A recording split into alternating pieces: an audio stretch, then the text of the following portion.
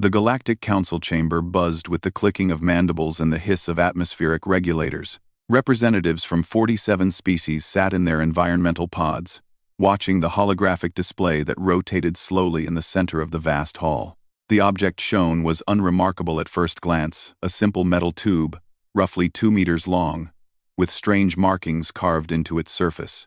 Commander Zexthal of the hegemony straightened his forearms and gestured dismissively. This is what the humans consider their greatest archaeological treasure? A primitive stick?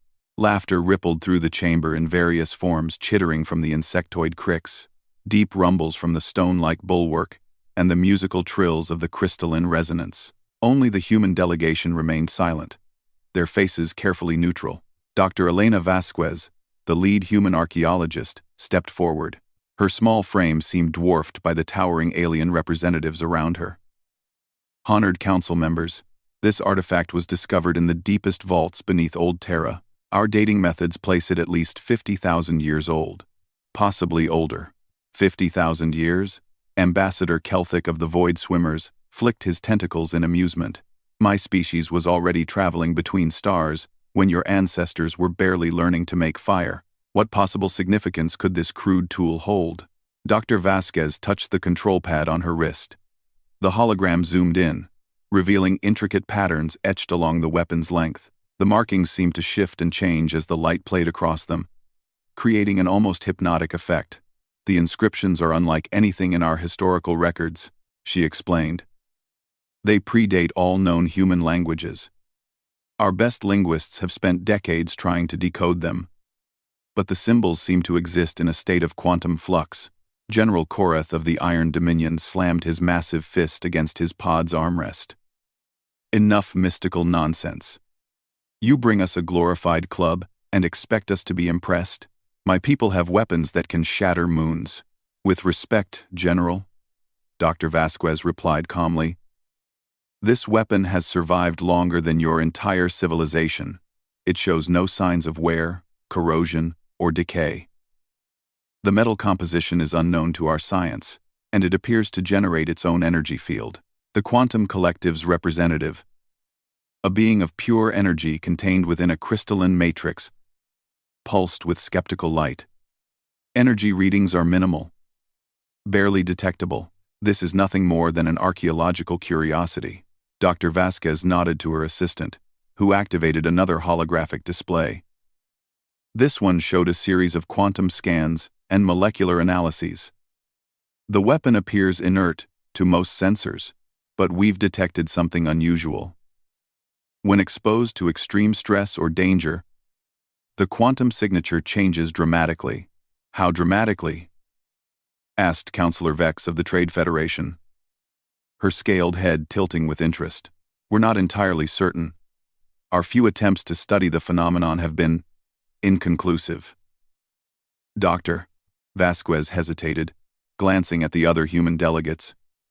What we can say is that the weapon seems to respond to the presence of its wielder. It's as if it's waiting. The chamber erupted in more laughter. Commander Zexthal's mandibles clicked rapidly in what his species considered extreme amusement. Waiting. The humans believe their stick is sentient. Next they'll claim it can dance and sing. Even some of the more diplomatic species couldn't hide their amusement. The Peaceful Harmony delegation exchanged glances with their multifaceted eyes, while the stellar nomads hummed in frequencies that translated roughly to chuckling. Dr. Vasquez remained composed, despite the ridicule. Laugh if you will. But this weapon represents a gap in human history, a time before our recorded civilization began. The craftsmanship alone suggests a level of technological sophistication that we're only now beginning to understand. When Port 7, technological sophistication? General Korath's voice boomed through the chamber's translation matrix. Your primitive ancestors couldn't even achieve faster than light travel until we gave you the technology. What possible advancement could they have possessed? The human delegation exchanged meaningful looks. Dr. Vasquez straightened her shoulders. Perhaps more than you might think. Human history is filled with lost knowledge, forgotten sciences. This weapon might be a remnant of something greater. Ambassador Kelthic's tentacles writhed with dismissive humor. The delusions of a young species. Humans have been spacefaring for barely 2 centuries. You have no ancient wisdom, no lost technologies. You are the newest and weakest members of this council. The words stung. But Dr. Vasquez had heard worse from the alien species that made up the Galactic Council. Humanity had been admitted only 50 years ago, and only because they had proven useful as intermediaries in conflicts between the more powerful civilizations. They were tolerated, not respected. Nevertheless, she continued, we believe this weapon deserves study. The quantum signatures, the unknown materials, the apparent responsiveness to enough. Commander Zexthul's forearms gestured sharply. This council has more pressing matters than human fantasies. The Void Swimmers and Iron Dominion are on the brink of war. Pirates from the Outer Rim threaten trade routes. And you waste our time with a decorated stick. Murmurs of agreement rippled through the chamber. Several representatives were already beginning to rise from their environmental pods, clearly ready to move on to more important matters. Dr. Vasquez made one last attempt. If you would just allow us to present our full research. The matter is closed, announced the Council's AI mediator, its voice echoing from speakers throughout the chamber. The human artifact has been noted in the official records. This session will now proceed to the territorial disputes between. The lights flickered. It was brief, barely noticeable. But in a chamber filled with some of the most advanced technology in the galaxy, even a minor power fluctuation was unusual. Several species sensors immediately began scanning for the source of the disturbance. Dr. Vasquez looked down at her tablet. The quantum readings from the weapon had spiked momentarily, then returned to normal. She frowned and tapped the screen. But the data seemed stable. The council session continued, but she noticed something strange. The holographic image of the weapon, still rotating slowly in the center of the chamber, seemed different somehow. The inscriptions along its length appeared more defined, as if they were becoming clearer. She blinked and looked again. The weapon looked exactly as it had before. Perhaps it was just a trick of the light, or fatigue from the long presentation. But something nagged at her, a feeling that something fundamental had just changed. As the alien representatives argued about mining rights and territorial boundaries, Dr. Vasquez couldn't shake the feeling that the weapon was somehow listening to every word. She told herself it was ridiculous the artifact was back on Earth, secured in the deepest vaults of the Archaeological Institute. What she was seeing was just a holographic projection, but the feeling persisted. And for just a moment, she could have sworn she saw one of the inscriptions pulse with a faint, inner light. The session dragged on for hours, with the human delegation relegated to observer status as more powerful civilizations negotiated and threatened each other. It was a familiar position for humanity present but not truly part of the conversation, tolerated but not respected. As the council finally adjourned, Ambassador Kelthic swam past the human delegation in his environmental suit. Perhaps next time you'll bring something more impressive than children's toys, he said, his translator turning his biochemical emissions into words dripping with condescension. Dr. Vasquez watched him leave, then looked once more at the holographic weapon. For just an instant, she thought she saw something in the swirling patterns of its inscriptions. Something that looked almost like anger, but that was impossible. It was just a piece of ancient metal, wasn't it? The thought followed her as she and the other humans left the council chamber, unaware that across the galaxy, in the deepest vaults of Earth, something that had slept for 50,000 years was beginning to stir. The mockery and dismissal of the assembled aliens had been noted, catalogued, and filed away in a consciousness older than their civilizations. And deep in the quantum matrix of an ancient weapon, something that remembered the true power of humanity began to wake up. 3 weeks after the council session, the first anomaly occurred during a routine inspection of the weapons containment chamber. Dr. Marcus Chen, the night shift supervisor at the Archaeological Institute, was conducting his standard security rounds when his scanner began registering impossible readings. The quantum field surrounding the ancient weapon had increased by a factor of 10,000. Control, this is Chen in Vault 7. I'm reading massive quantum fluctuations from the primary artifact. Request immediate backup. Request immediate backup. The response came through his earpiece with crackling interference. Copy that, Chen. Doctor. Vasquez is en route. Do not approach the containment field. But Chen was already moving closer, drawn by something he couldn't explain. The weapon, suspended in its zero-gravity field, seemed to pulse with inner light.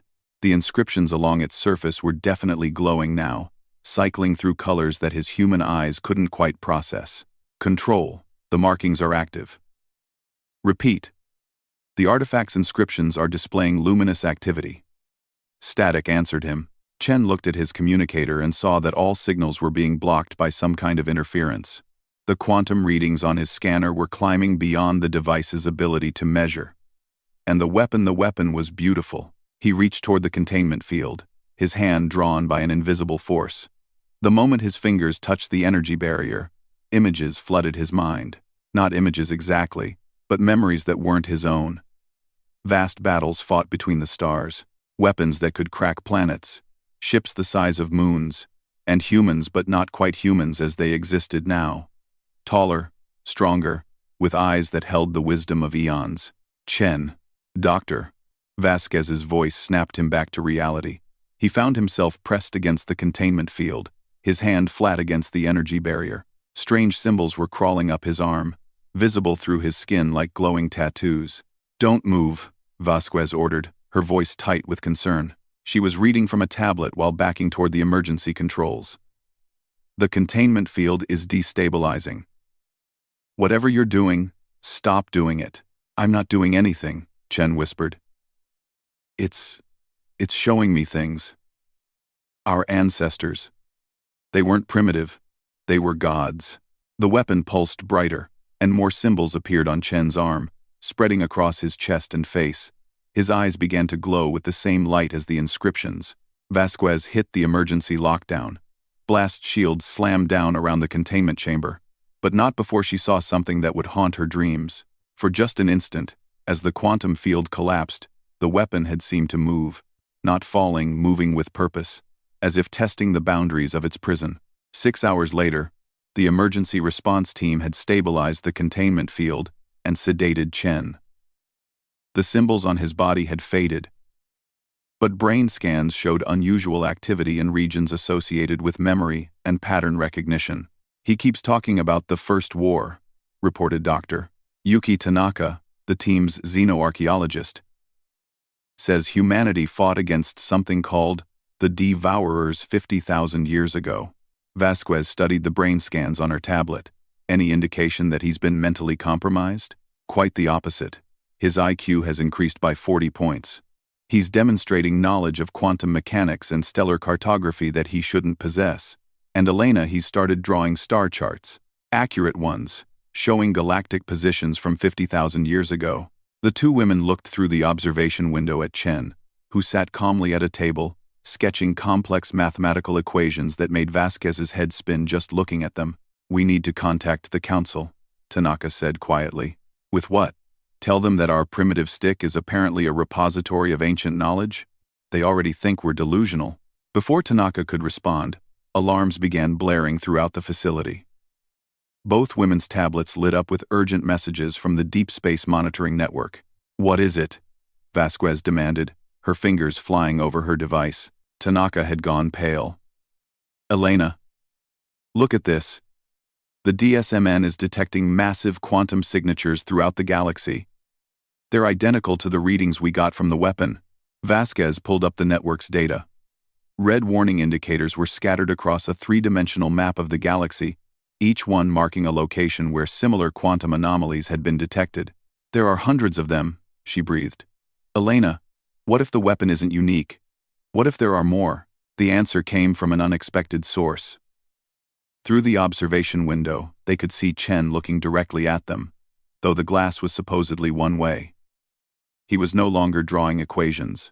Instead, he was writing words in a flowing script that neither woman recognized, but somehow understood.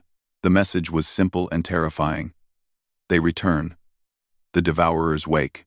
The ancient compact must be fulfilled.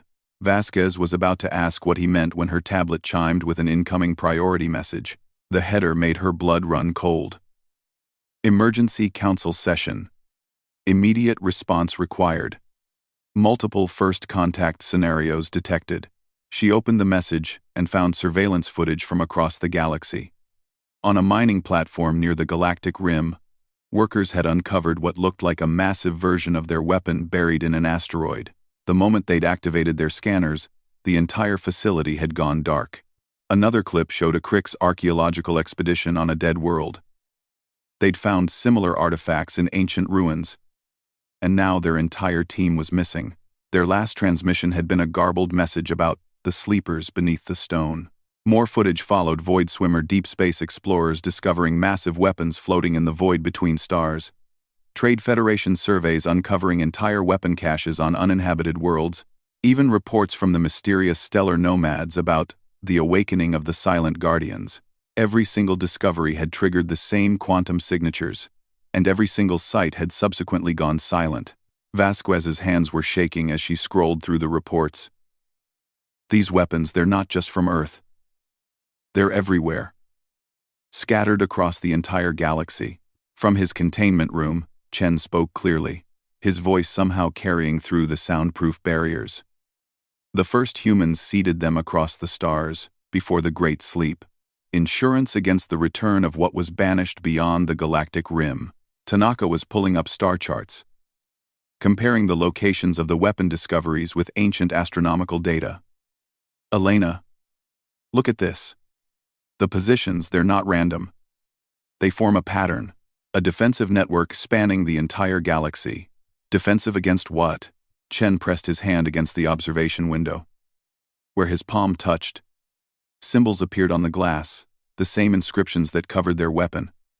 But these were moving, shifting, telling a story. The images that formed showed massive, dark shapes moving between the stars. Ships, if they could be called ships, that seemed to devour light itself. Entire solar systems going dark as these entities passed through them, and standing against them, a human civilization that spanned the galaxy, wielding weapons that could crack reality itself. The Devourers, Chen said, his voice now carrying harmonics that seemed to resonate in their bones. They consume not just matter and energy, but existence itself. They turn civilizations into nothing, not destroyed, but never having been. The symbols on the window showed the final battle, humans wielding weapons like theirs, fighting against creatures of pure entropy. The war had raged for millennia, until finally the humans had succeeded in banishing the Devourers beyond the Galactic Rim. But the cost had been enormous. To maintain the barriers that kept the Devourers away, the humans had to enter a deep sleep. Their consciousness transferred into the weapons themselves. 50,000 years of slumber, Chen continued, his eyes now glowing steady gold. Waiting for the signs of return. Waiting for the barriers to weaken. Waiting for the galaxy to need its guardians once more. Vasquez's tablet chimed again. This time it was a direct communication from the Galactic Council. The message was brief and urgent. All human representatives report to council chambers immediately. Emergency session in progress.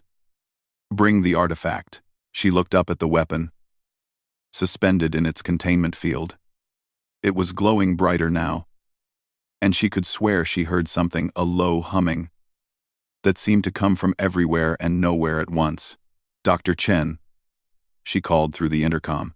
What happens when we take the weapon to the council? He smiled, and for a moment she saw something vast and ancient looking back at her through his eyes.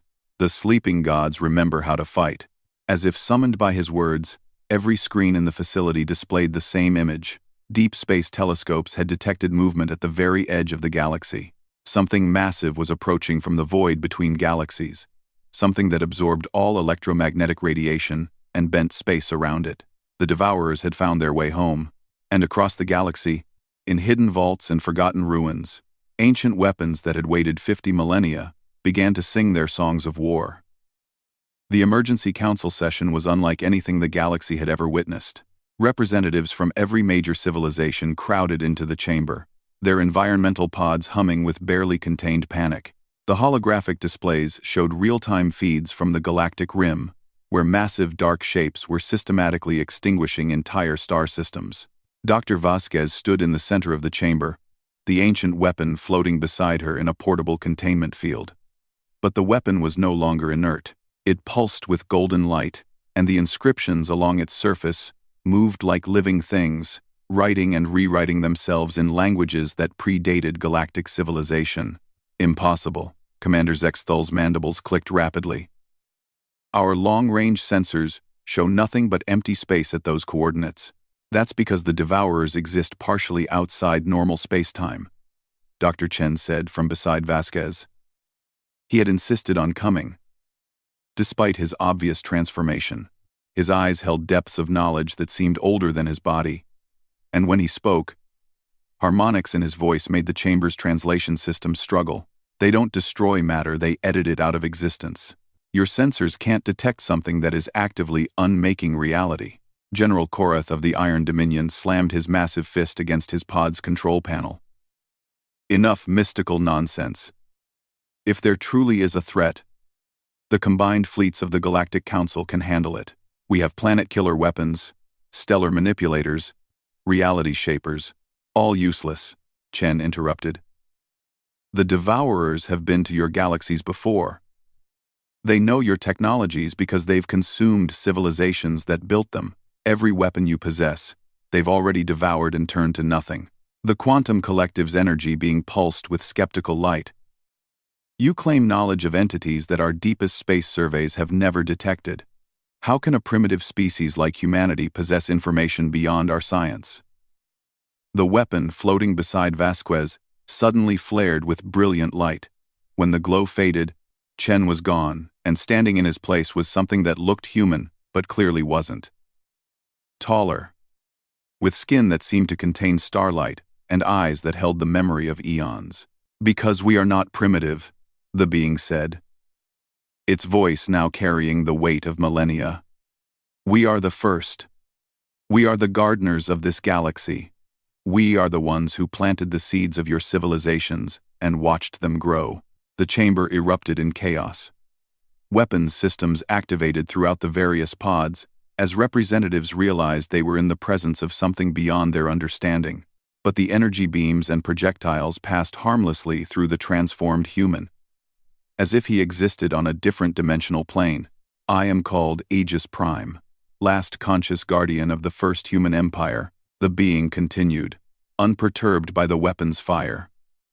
What you see before you is not possession or transformation. It is awakening. The mortal human Chen carries the genetic template we embedded in your species 50,000 years ago. All humans do. We are your ancestors. Ambassador Kelthic's tentacles writhed in denial. Impossible! Human genetic analysis shows evolution from primitive primates. You have no advanced history. Aegis Prime smiled sadly. Because we hid it. When we entered the Great Sleep, we scattered our children across safe worlds and allowed them to develop naturally, carrying only the genetic potential for awakening. We gave them minds capable of rapid learning, adaptability beyond any other species, and the ability to form bonds across cultural boundaries. We made them perfect intermediaries for a galactic community we hoped would unite against the Devourer's return. Dr. Vasquez stared at the being that had once been her colleague. The weapon, what is it really? Not a weapon, Aegis Prime replied, gesturing to the floating artifact. A key. A consciousness storage matrix. Each one contains the compressed experience and knowledge of a first human who volunteered to guard the galaxy during the long sleep. There are 144,000 of us scattered across the stars, waiting for activation. The chamber's displays suddenly shifted, showing new data streams. The artifacts that had been discovered across the galaxy were all active now, and each one was transmitting complex information to nearby star systems. They're awakening the defense network, Counselor Vex of the Trade Federation whispered, her scaled features pale with amazement. Aegis Prime nodded. The Galactic Defense Grid was our final project before the Great Sleep. Weapons, platforms hidden in every system, powered by the stars themselves, but they require conscious direction to activate properly. Commander Zextul's forearms gestured frantically. Even if we accept this fantasy, what do you expect us to do? Surrender command of our fleets to humans who claim to be ancient gods? Not surrender, Aegis Prime said quietly. Unite. The Devourers are not like any enemy you've ever faced. They don't want your territory or your resources. They want to unmake your very existence, to edit you out of history so that you never were. Against that, your political differences mean nothing. The main display shifted to show the approaching dark mass at the galactic rim. It was enormous, spanning several light years, and wherever it passed, stars simply ceased to exist.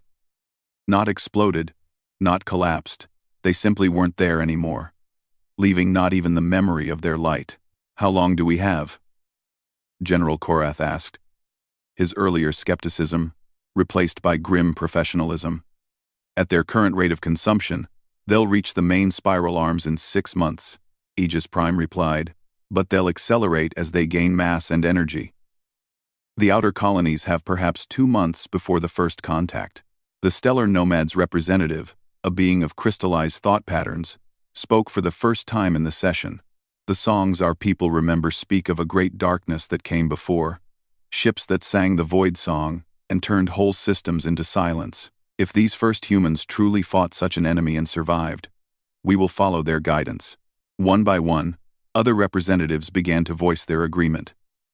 The Peaceful Harmony offered their industrial capacity. The Bulwark pledged their nearly indestructible fortress worlds as staging areas. Even the proud Iron Dominion agreed to integrate their fleets with the awakening defense network. But not everyone was convinced. This is madness, Commander Zex Thul declared. We're being asked to trust our entire civilization to the fantasies of a species that couldn't even achieve spaceflight without our help. Oh. Aegis Prime looked at the hegemony commander with ancient sadness. Your people once fought beside us, Zex Thul. The hegemony's warrior traditions, your honor codes, your belief in battle as the forge of the soul. All gifts we gave your ancestors when we first found them as tribal hunters on a dying world. Lies. Zex Thul's mandibles clicked in rage. The hegemony's heritage stretches back millions of years. Yes, Aegis Prime agreed. To when we found a species of noble predators and taught them to forge weapons, to reach for the stars, to value honor above survival. Every major civilization in this galaxy bears the mark of our guidance, because we knew that one day you would need to stand together against the dark. Dr. Vasquez watched the exchange with growing understanding. That's why humans are so good at diplomacy, isn't it? Why we can find common ground with species that have nothing in common. You designed us to be bridges between the civilizations you'd helped create, our final gift to the galaxy. Aegis Prime confirmed. A species that could unite all others when the time came.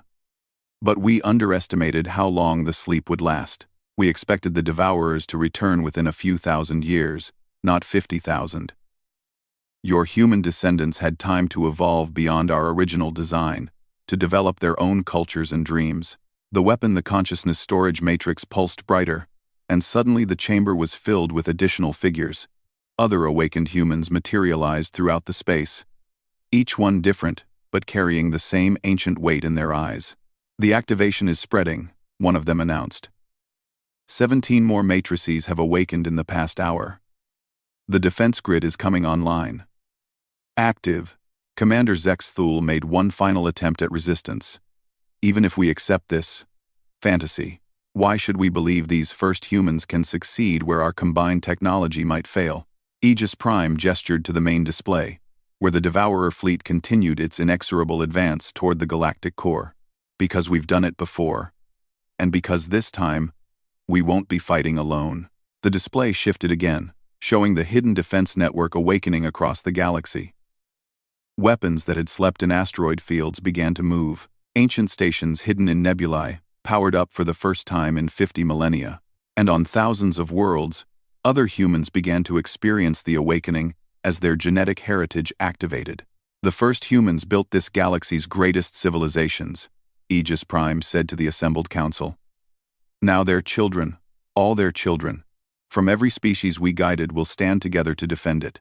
Outside the council chamber, across the vast reaches of space, humanity's ancient legacy was awakening. The species that had been mocked as primitive and weak was revealing itself to be the creation of the galaxy's first and greatest civilization, and the weapon that had been dismissed as a primitive stick was speaking at last, its voice joined by thousands of others in a song of defiance that echoed across the stars.